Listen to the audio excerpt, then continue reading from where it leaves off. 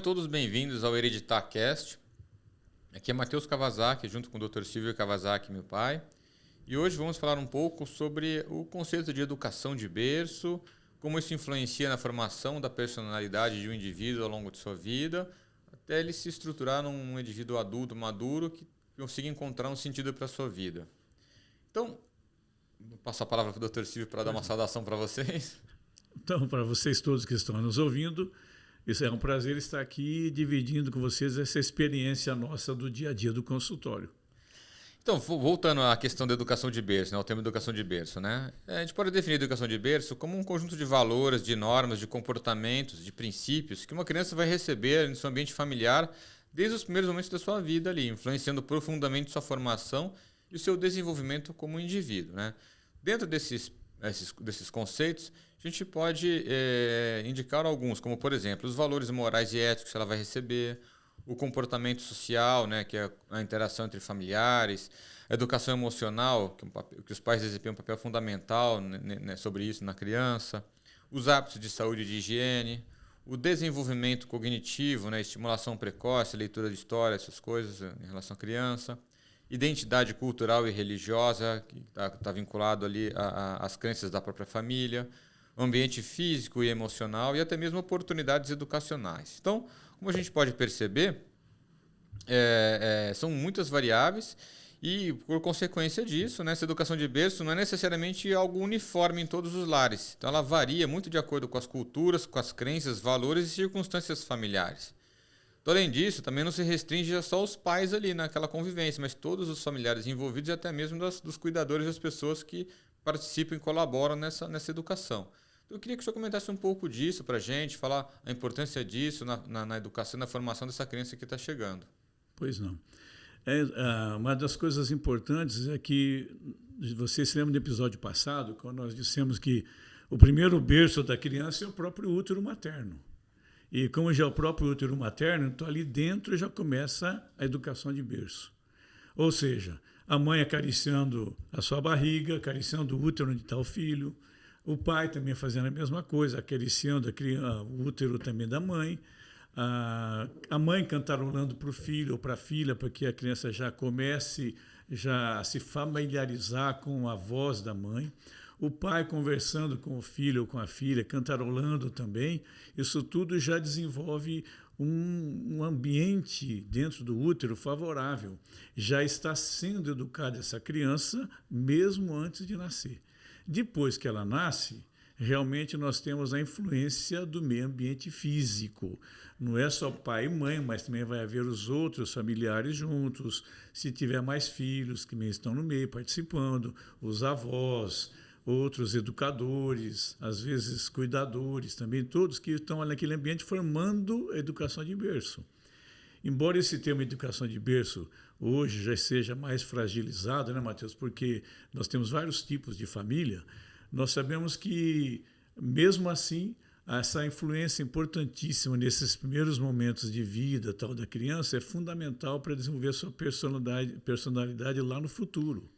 Entendi. Então, sendo um pouco mais prático nessa questão desse ambiente favorável, essa educação familiar que a criança vai receber ali, vamos chamar de familiar em vez de berço, né, para ficar mais claro. Vou pegar alguns pontos aqui, vou ressaltar alguns pontos e se eu posso trazer algo assim, olha, como influenciar isso positivamente ou negativamente, como, por exemplo, valores morais e éticos, como que um pai ou os pais podem passar esses valores de maneira positiva e qual a consequência disso também na criança ali, Certo. Como abordar de maneira prática, é que a gente sempre diz o seguinte, a criança ela mais vivencia o que o pai e a mãe faz ou falam do que aquilo que eles ensinam para a criança. A palavra é muito mais enfraquecida que a própria ação. Então a criança está sempre visualizando, a criança ela é aquilo que ela vislumbra dos pais, não aquilo que os pais falam. Então é muito comum, por exemplo, às vezes, dentro da própria família, o pai ou a mãe recebe um telefonema e o filho atende e fala para o filho assim, filho, fala que a mamãe não está, fala que o papai saiu.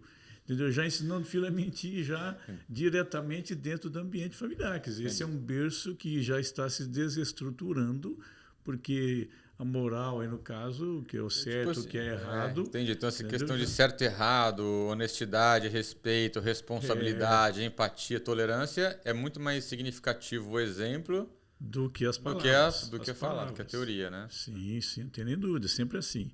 E no caso do berço, já que hoje em dia já não existe mais aquele berço onde todo mundo ficava em torno da criança, porque hoje em dia, às vezes a mãe tem os seus 4 meses de Licença. licença maternidade, mas logo volta ao trabalho. O marido também tem que trabalhar logo depois da primeira semana que acaba a sua licença de paternidade, voltar ao ritmo normal. Se tiver mais filhos também. Então, esse ambiente, esse berço, realmente, às vezes ele se torna mais fragilizado.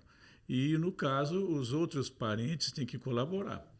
Agora, uma coisa importante é que nós temos que fortalecer os momentos de união. Então, aquele momento de almoço, de jantar, então, o momento da refeição é fundamental, Matheus, a gente fazer com que o pai e a mãe estejam presentes, de modo que o pai, mesmo trabalhando, ele tenha o horário para que ele possa chegar em casa Pelo menos e uma ir junto com refeição, a né? esposa, se tiver um filho mais velho, botar esse filho mais velho para almoçar ou jantar junto com eles. E, nesse momento, trocar-se ideias. Quer dizer, fazer com que o filho ou a filha também dê opinião. Por exemplo, nós vamos viajar de férias. Então, dê uma opinião, meu filho, o que você acha melhor, para onde você está querendo ir? Entendeu? Ah, você precisa dar uma mesada. Tudo bem, mas o quanto que você vai precisar para você comprar o quê? Então, discutir, conversar, fazer com que a criança também tenha o valor dentro do diálogo familiar. Isso é educação de berço. Você já está educando o filho dentro da própria casa. Entendi. São exemplos então que traz essa questão do comportamento social, como interagir entre familiares, né? Essa questão da alimentação que o senhor falou, acho que a questão também de aprender a se comportar também em cada ambiente, né? A questão da educação, de como se comportar naquele ambiente específico. Ter essa experiência também de experimentar vários pratos, outros tipos de comida, de separar esse momento para convivência familiar, não trazer celular para a mesa, não comer com televisão, ter horário certo para fazer as coisas. Isso é uma certa disciplina que vai moldando também, eu acho que a criança, né? Sim. Você já viu, por exemplo, aqueles casos que é só você ir no restaurante, você mãe, você pai, agora vocês prestem bem atenção. Você vai num restaurante, você já viu quando a família senta à mesa e a criança que tem seus 2, 3 anos de idade sai correndo entre as mesas e começa subindo na cadeira do vizinho, atrapalhando o outro casal. E a mãe às vezes fica constrangida correndo atrás. Isso por quê? Porque não houve aquela educação na hora da refeição dentro de casa. Que a criança ela recebe toda essa educação em casa e ela vai exteriorizar o que ela aprendeu em casa lá fora. Se não existe um horário, o pai chega no horário para comer, a mãe no outro horário, o filho no outro horário, e não existe essa educação de berço. E essa criança, então, vai dar trabalho fora de casa. E é constrangedor. Você pode ver, às vezes, no restaurante, criança Então, isso faz parte desse conceito, a disciplina, é treinar em casa, né? É treinar em casa, né? Então, se fazer esse treino em casa, a criança vai reproduzir isso lá fora da mesma maneira. Se ela fizer errado em casa, vai fazer errado fora. Sim, se ela fizer certo em casa, automaticamente ela vai se comportar bem fora, né? É isso que o senhor quer dizer, então. Porque a família é espelho para ela, né? Se não age bem, não há uma harmonia naquele momento. A questão do banho, por exemplo, que você vê a criança que foge, não quer. Então, ter uma disciplina horária para o banho também é um negócio bacana. Que a criança vai criando esse hábito da disciplina também, do horário, rotinas, né? São rotinas. As rotinas são difíceis de se implantar, mas quando você implanta a rotina dentro da casa, que é essa educação também de berço, que é educação dentro da estrutura familiar, a criança não vai dar trabalho. Quer dizer, o trabalho é você colocar a rotina. Depois que pôs a rotina, é uma beleza. Fugindo um pouco, assim, mas é uma coisa muito comum, né? Tipo, criança que larga tudo jogado. Também. Tudo bagunçado. Como você molda isso? Porque tirar isso é um hábito, eu acho, né? Porque depois tirar isso quando é adulto em casa, pelo menos, não tem jeito. Não. Tem que ser moldado desde pequeno, provavelmente, desde pequeno, desde a hora que nasce, você já tem que ir já colocando aquilo que você acha que é positivo e ir tentando evitar aquilo que você acha que é negativo. Mas como que você faz com um filho pequeno para ensinar ele a guardar os brinquedos, fazer as coisas? Sim. Como fazer isso? É a coisa mais fácil. Então, por exemplo, o nenenzinho está lá engatinhando, tal, sentando, engatinhando com 8 meses, tal, até 10 meses, 11 meses, 1 ano, de repente a criança começa a andar. Começou a andar, a criança já libera as mãos. Ela está usando só os pés, ela está erecta em pé, com as mãos soltas. O que eu vou fazer? Já começo desde 1 ano, 1 ano e meio, pedindo para o filho ou para a filha, joga essa fraldinha suja sua lá no lixo. traga aquela outra fraldinha, você já deixa pronta, viu, mãe? Deixa pronta já essa fralda ali e pede para o filho trazer a fraldinha limpinha. Aí você vai, troca a criança, e a criança então ela já está aprendendo a ser útil dentro de casa. Pega esse seu sapatinho que está aqui, filho, põe naquele lugar que está ali, ó. Dentro do quarto, por exemplo, se você tem um filho de 2 anos de idade, que já está brincando com carrinho, a menina com boneca, a menina com bola, tudo mais, você coloca como se fosse uma estantezinha bem baixinha para eles e, se possível, você recorte uma bola de uma revista e colhe ali, recorta uma boneca, colhe ali, recorta um carrinho, põe ali, e depois a criança vai brincando, fala, filho, essa bola que você está brincando, você terminou de brincar, você coloca aqui onde está o desenho dessa bola. Você, minha filha, que está brincando com essa boneca, acabou de brincar, você coloca aqui onde está o desenho da boneca. Porque é muito comum, Matheus, até já vi no consultório, já aconteceu, de mães de quebrarem a perna, quebrar o tornozelo, tudo, porque escorregou em cima do carrinho do filho que deixou jogado, tropeçou em cima da boneca da criança e caiu, bateu a cabeça, se machucou.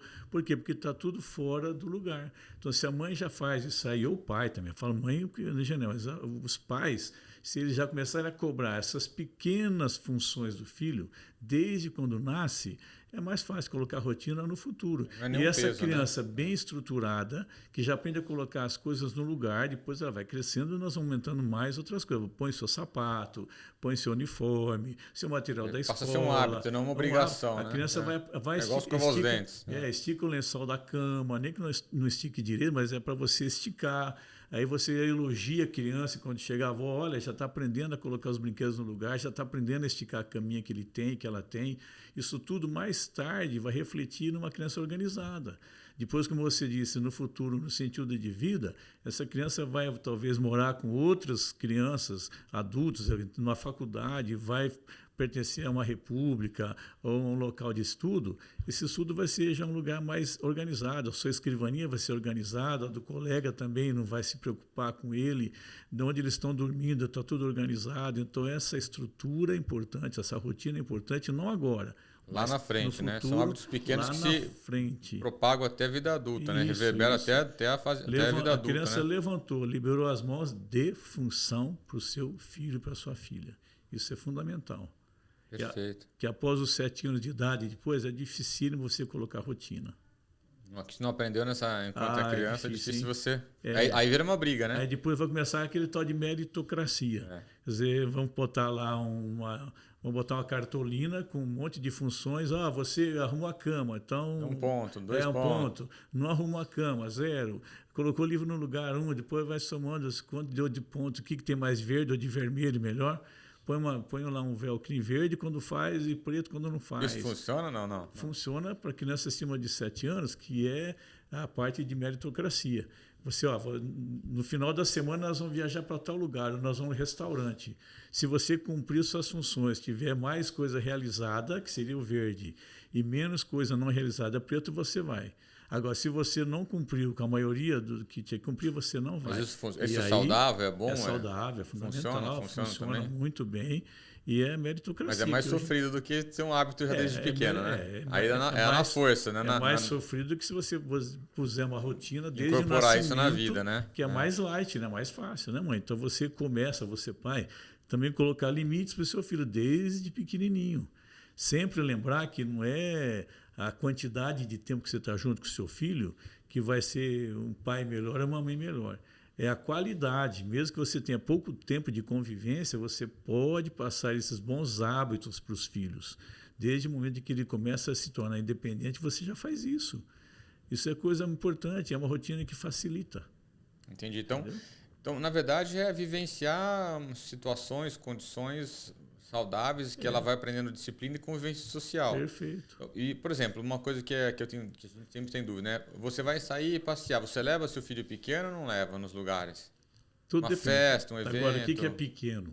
Se for menos de 6 meses, a criança não tem nem a parte de vacinação obrigatória. A imunidade dela está muito baixa, então você tem que escolher onde você vai. Então, onde você vai? Vão na casa da avó, vão na casa da tia, no ambiente mais assim... controlado. Agora, no ambiente fechado. Ir numa igreja, que é ambiente fechado. Ir no shopping, que é tudo fechado, com ar-condicionado. Não sei se o filtro está bem limpo. num ambiente onde tem mais outras crianças que possam estar doentes, resfriadas, tossindo, no ambiente fechado em aniversário. Aí você tem que realmente pensar, um pouquinho. ponderar e ver a idade do seu filho. Seu filho tem mais de 1 ano, já sabe andar, já sabe tudo, já é mais independente, já desenvolveu aquela imunidade do primeiro ano de vacinação, de esquema nacional de vacinação. Então a criança já está mais assim imune a muitas doenças. Então aí você já pode Vamos sair. supor, a partir de um ano, você pode levar num restaurante? É conveniente, é bom que você leve para ela aprender? Sim, é a convivência social, né? A convivência social é fundamental para desenvolver a personalidade no futuro do filho. Ela aprender a dividir as coisas, aprender a conversar, aprender a dialogar com pessoas estranhas. Senão aquele filho muito fechado dentro do ambiente de família, Matheus, é terrível, porque vocês, mães, já viram isso, né? Seus filhos de vocês, quando o filho fica muito fechado, tocou campanha em casa, vem uma pessoa estranha, se esconde atrás do pai, se esconde atrás da mãe, e vai sair, a criança fica inibida, não quer conversar, não quer nada. Às vezes falta um pouco mais de convívio social. A partir desse ponto aí, por exemplo, vamos supor, num momento que uma família que possa escolher o momento ideal de ir para a escola, ou uma criança que não tem irmãos, por exemplo. Sim. Qual que é o momento ideal de ir para a escolinha? Olha, é o seguinte, tudo depende da necessidade. Se o pai trabalha, a mãe trabalha, deu 4 meses de licença maternidade, até licença amamentação, que ela tem 1 hora menos de trabalho, e ela precisa sair para trabalhar, e o marido também não tem nem o que fazer. Com 6 meses já vai para a creche. Agora, se é uma estrutura de familiar já mais assim assentada, a mulher não precisa trabalhar tanto, pode trabalhar online, pode ficar em casa, embora a mulher também, além de ter os filhos, tudo, trabalhar online, ela vai trabalhar, além de ter a casa, além de ter o filho. Então ela vai se sobrecarregar, mas vai estar em casa. Se ela tiver paciência, tiver condições, ela pode retardar. Agora, quando que é o ideal para fazer? Quando a criança já começa é lógico, se a família puder. Senão, como eu disse, precisa trabalhar, vai trabalhar e põe o filho não é um problema na escolinha também. particular. Não é um drama também, creche, para a creche com 6 meses. Na creche da prefeitura, que ficar com remorso. Não, de modo algum. Tudo é necessidade. A necessidade é que faz assim, né? Agora, se você puder, até o terceiro ano, a criança não tem muita memória desenvolvida. A memória de subconsciência, em que ela guarda e que ela vai ser capaz de relatar para o pai e para a mãe o que aconteceu na escola, começa a partir de 2 anos e meio a 3. Então, se ela puder esperar até nesse período de vida para poder colocar a criança na escolinha, ela vai com mais segurança, porque a criança sabe se defender e sabe trazer para casa alguma coisa que aconteceu. O coleguinha caiu, machucou, viu, mãe? A professora mandou a gente levar amanhã tal coisa, que nós vamos brincar, não vai ter tarefa.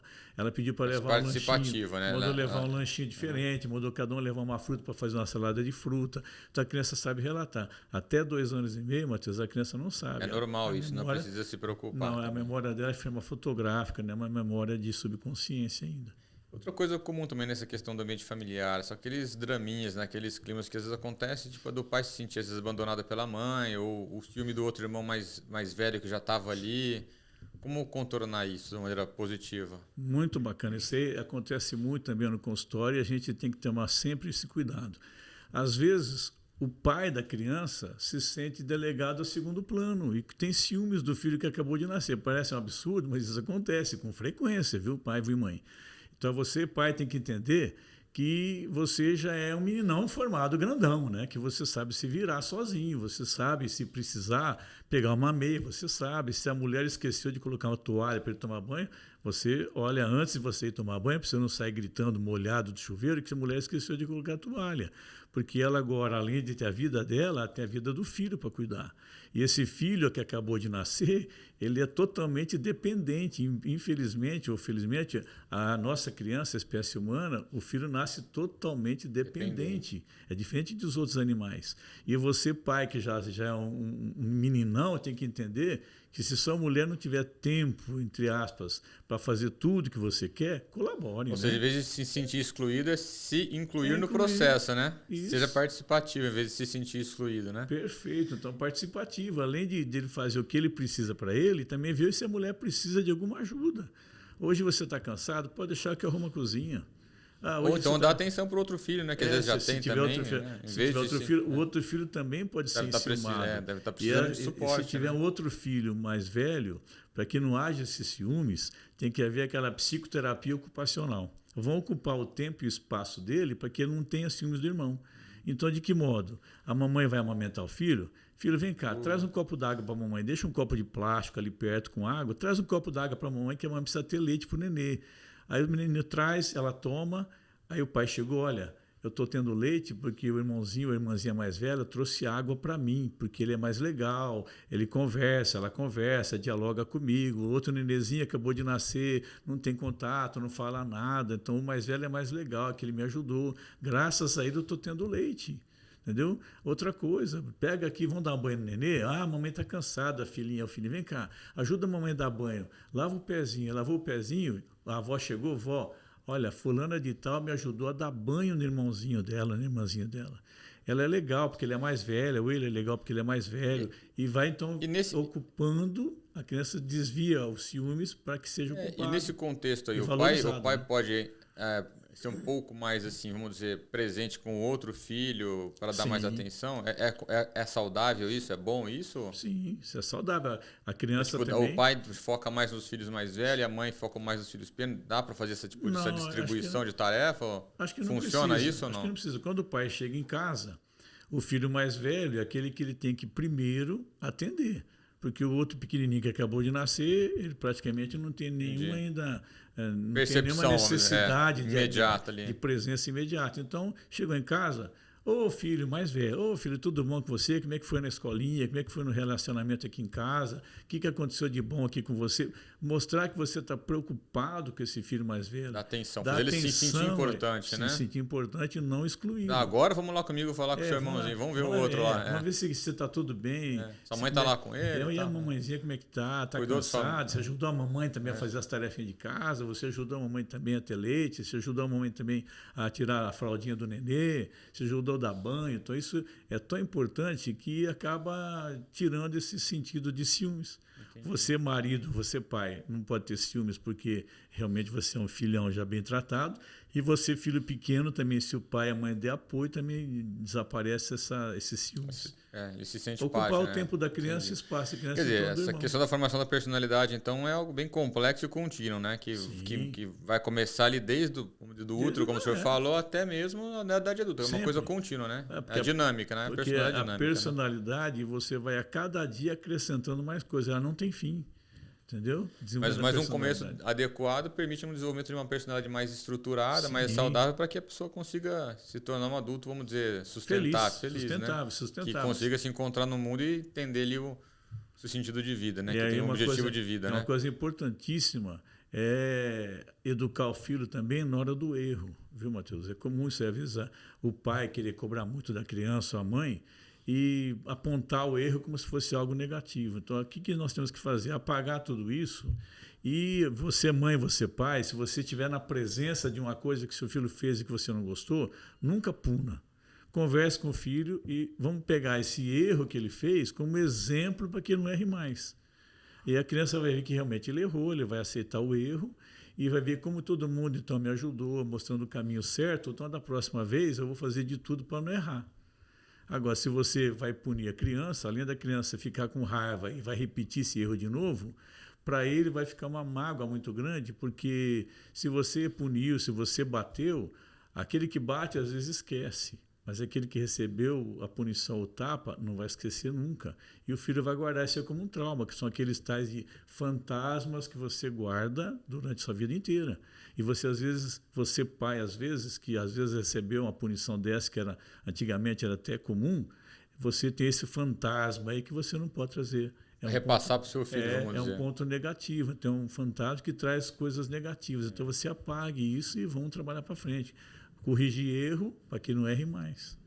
Com amor, com carinho, com afeto. Os erros mudam de acordo com a idade também, né? Sim. Tu consegue trazer alguns exemplos assim, de cada fase? Para uma criança pequenininha, o que seria um erro comum? Como contornar isso? Sim, a primeira coisa, a criança pequenininha, o que ele vai fazer?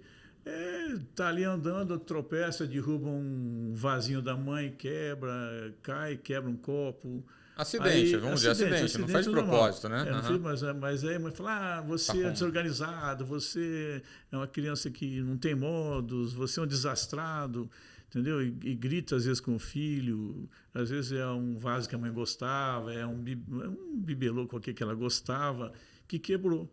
Aí você reage com raiva e a criança acaba não aprendendo ali, né? Raiva e a criança fica amedrontada, acovardada, isso vai interferir na personalidade dela. E ela não aprende também com essa situação, provavelmente. Fica um trauma e não é um aprendizado. Agora, você mãe, você já pensou? Agora estou falando direto para você mãe e para você pai também. Se você puniu desse jeito o seu filho porque quebrou um vaso, quebrou um bibelôzinho, objeto, se fosse o filho da sua amiga que estava na sua casa e também tivesse quebrado esse copo, você faria essa mesma cena que você fez com o seu filho, ou você iria dizer para sua amiga, não foi nada. É só um vaso. É só um vaso nosso, depois eu limpo tudo, pode deixar como está aí que não tem problema. Se você age assim, você está agindo com 2 pesos e 2 medidas. O seu filho é importante, tanto quanto o filho da sua amiga.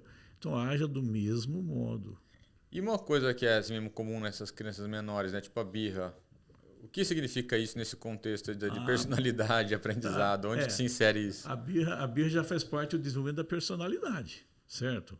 Quer dizer, a criancinha, por exemplo, é comum no consultório, a mãe fala assim, doutor, o que é? Olha, minha filha já está começando a ficar de pé no bercinho, ele se ajoelha, nem fica de pé, mas ele se ajoelha e já está pegando o travesseirinho que tem dentro do berço, jogando tudo para fora. E se eu ponho um carrinho lá dentro, joga tudo para fora. Isso faz parte do desenvolvimento da personalidade. O nenenzinho já de 8 meses, que já começa a ficar ajoelhado e começa a jogar as coisas para fora, ele já está entendendo que ele já tem o eu. Eu sou eu. Então eu sei fazer alguma coisa. De que modo? Eu estou mostrando para mim que eu sei jogar para fora alguma coisa que eu quero jogar. Então eu já estou comandando o meu eu. Agora, a birra, por que ela acontece? Acontece porque, às vezes, o meu eu que eu tenho que fazer pensando em mim, às vezes eu não consigo fazer. Eu quero jogar uma coisa para fora, mas não consigo. Então eu começo a não saber trabalhar com essa minha insatisfação, essa minha frustração, e eu começo a fazer birra. Então a birra nada mais é do que uma frustração da criança, porque ela não consegue. É uma reação ou uma frustração? Vamos dizer. É uma frustração que leva a uma reação da criança com ela mesma. Então é como a criança começa a gritar de repente porque ela não conseguiu realizar. Não é com ninguém, é com ela mesma. É com ela mesma, porque ela não conseguiu. Mas como contornar isso e trazer isso de uma maneira positiva, para que ela aprenda com isso? O tempo vai ensinar isso para ela? É sempre a mãe dar tempo para a criança fazer a birra, que depois a birra vai passar. Aí a mãe conversa com a criança, ou o pai, né, conversa com a criança. Né? Por que você ficou assim? Por que você fez isso? Se é uma criança que já saiba conversar, ele vai conversar e explicar. Mais para frente, a criança maior que vai no supermercado e se joga no chão porque ela quer essa birra, porque é uma coisa. Mas essa birra já não é birra por causa do eu que eu não consegui fazer, não. Essa birra é porque dentro de casa ela conviveu com tudo dado além do que ela precisa. É aquele perigo que a gente sempre explica para os pais, e você mãe, você pai, no consultório a gente fala muito, que é criar aquela síndrome do imperador e da rainha, onde a criança se sinta então a dona da casa, porque o pai e a mãe com medo de ferir o filho, porque já quase não fica tanto tempo junto, é pouco tempo, então se o filho quer uma coisa, por que eu vou falar não? Eu vou lá e dou para ele. Vou lá e ofereço para ele, agora eu ofereço para ela. E às vezes é desnecessário o que a criança quer naquele momento. Só ao invés do pai ou da mãe explicar para a criança que não é momento oportuno, coitado, coitadinho. Não quer frustrar o filho, o filho não aprende a lidar com frustração. Né? Aí o filho não aprende a lidar com frustração. Aí vai lá no shopping. A criança quer um brinquedo lá que custa R$1.000 e a mãe não pode, não quer comprar, a criança se joga no chão, faz birra, porque ela não sabe conviver com as frustrações, ela não sabe a palavra não. Quer dizer, então essa birra da criança pequenininha é um tipo de birra, essa da criança maior é outra. Essa não é chantagem, essa é chantagista, porque ela está fazendo uma coisa... Uma é natural, faz parte do processo de formação. Perfeito. A outra é a manipulação, vamos dizer assim. Então, por exemplo... Você está fazendo uso daquela birra para manipular uma circunstância. Para se tornar uma tirana, né? A criança está sendo tirana com o pai e com a mãe. Ela está querendo aquilo que ela quer... Independente se é barato, é caro, se precisa ou não precisa. Que é bom ou ruim, e o súdito, que é o pai, e a súdita, que é a mãe, tem que cumprir o que a rainha quer, o que o rei quer. Porque estão criando um imperador lá de tirano dentro de casa. Esse cuidado é obrigatório, precisa tomar muito cuidado, que está acontecendo demais por causa desse problema. Coitado, eu quase não fico em casa, então vou falar não para ele, falar não para ela. É muito mais fácil. Tem uma idade mais ou menos típica de acontecer isso? Em torno dos 2 até os 3 anos de idade. Então a gente vai falar isso mais para frente nos outros episódios aí. Agora, você está falando da personalidade. Então, aquele eu sei fazer, eu jogo para fora aquilo que está dentro do berço, então estou feliz porque eu consegui. Agora, depois vem aquela birra, porque eu preciso fazer para mim, mas eu não estou conseguindo fazer o que eu quero, então eu fico com raiva de mim mesmo, não é da mãe. Aquela birra é diferente do que a criança quer como tirana.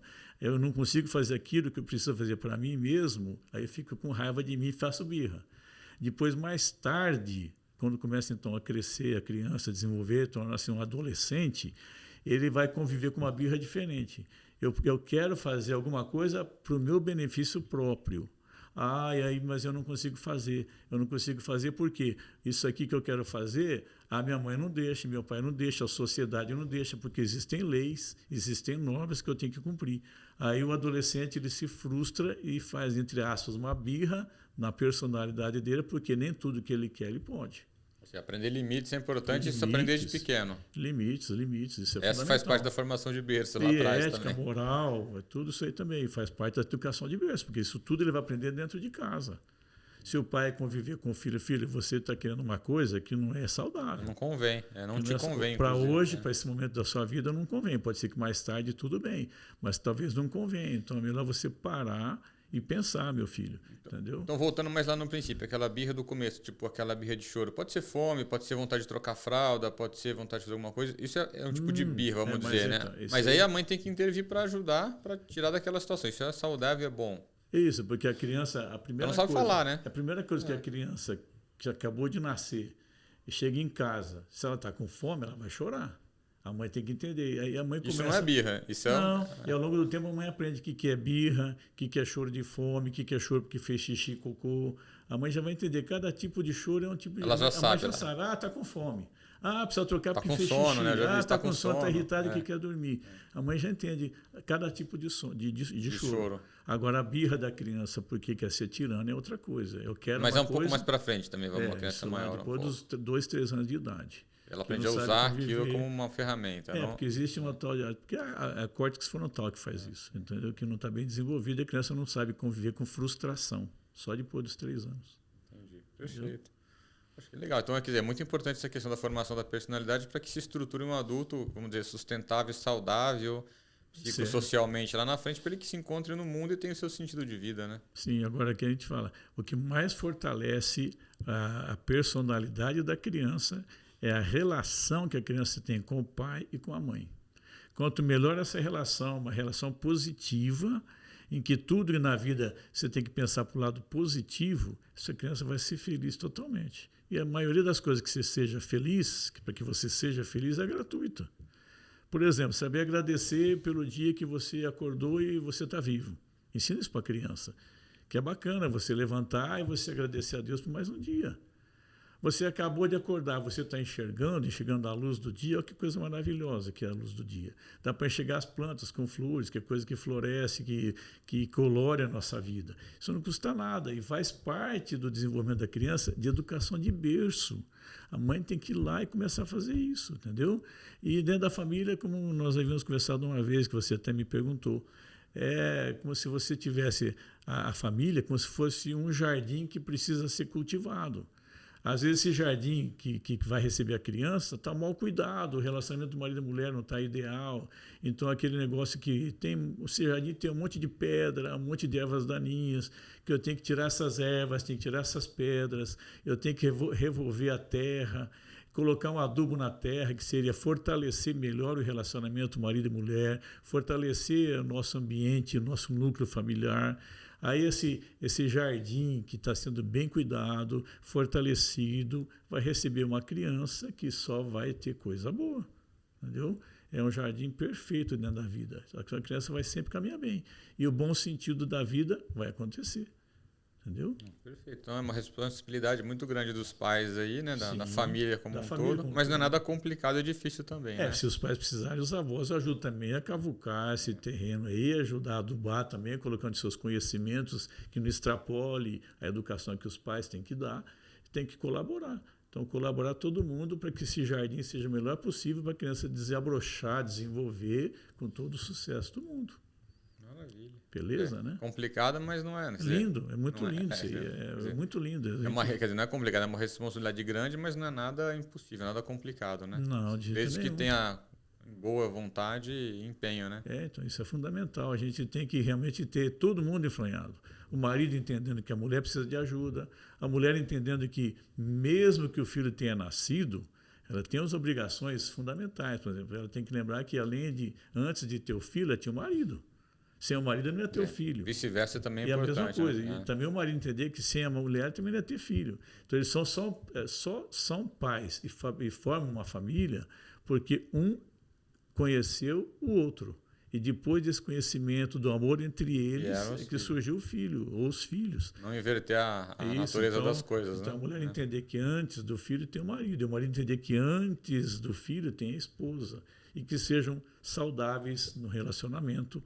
E a coisa mais importante, Mateus, o filho, só na educação de berço, ele vai aprender coisa boa se ele vê que o pai e a mãe são felizes, que os dois realmente se amam, que os dois nas frentes dos pais, eu peço a você, mãe, você, pai, que se abracem, que se beijem, que se façam carinho, que conversem de um modo tranquilo, sossegado, calmo entre vocês, porque vocês serão o exemplo para o filho. E se vocês mostrarem que tudo é bonito, a família está feliz, está tudo em ordem, esse filho vai caminhar muito bem. Vai ser algo natural para ele. Algo natural para ele, conviver é o que ele vai esperar encontrar e ele vai também desenvolver amor, dele, né? Ele vai desenvolver amor, vai desenvolver a gratuidade, vai desenvolver a fé, como você disse, na família. E aí o que ele vai fazer? Ele vai transmitir isso para os outros que estão ao redor dele. Então, se ele está na escolinha, ele está levando coisa boa. Se ele está na escola fundamental, está na escola boa. Se está já no ensino médio, ele está levando coisa boa como adolescente. E depois na faculdade ele vai estar levando coisa boa que ele aprendeu lá atrás com os pais. Vai se encontrar no mundo, né? Aí o sentido de vida dele vai ser só felicidade. Vai ser só sucesso, certeza absoluta. Bem melhor do que aqueles outros que não foram nutridos deste modo. Entendeu? Perfeito. Muito bom. Para a gente ter uma ideia bacana. Isso é muito bonito, bacana. E a gente tem que realmente transferir isso aí para os pais que estão nos ouvindo, porque ser mãe, ser pai é a coisa mais linda do mundo. É a coisa melhor do mundo. Não é encargo, não é peso, não é nada. Só que tem que ser uma gestação pensada, que tem que ser preparada, tem que ser conduzida, como eu disse a vocês, preparar esse jardim para receber uma criança, que não seja de supetão ou de uma gravidez, às vezes, indesejada, que complica tudo. Então, a gente pede para vocês terem bom senso, saberem a hora exata de realmente engravidar para ter esse filho. Você, mãe, você, pai, vocês dois são grávidos. Os dois têm que trabalhar a cabeça de vocês, que vocês vão fazer uma família. E essa família tem que ser feita na hora certa, propícia. Botar no papel até a parte financeira. Está na hora da gente ter o filho, nós temos condições de mantê-lo, nós temos condições de gastar, se for preciso.